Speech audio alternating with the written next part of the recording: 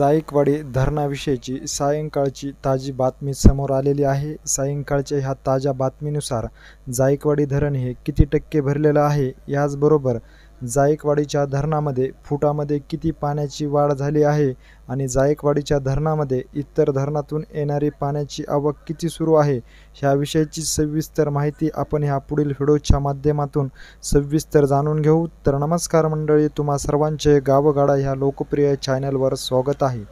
9 जुलै 2025च्या सायंकाळच्या जायकवाडी धरणाविषयीची ताजी बातमी समोर आली असून या ताज्या बातमीनुसार जायकवाडी धरण हे 65% भरलं असल्याची अधिकृत माहिती आता समोर येताना पाहण्यास मिळत आहे।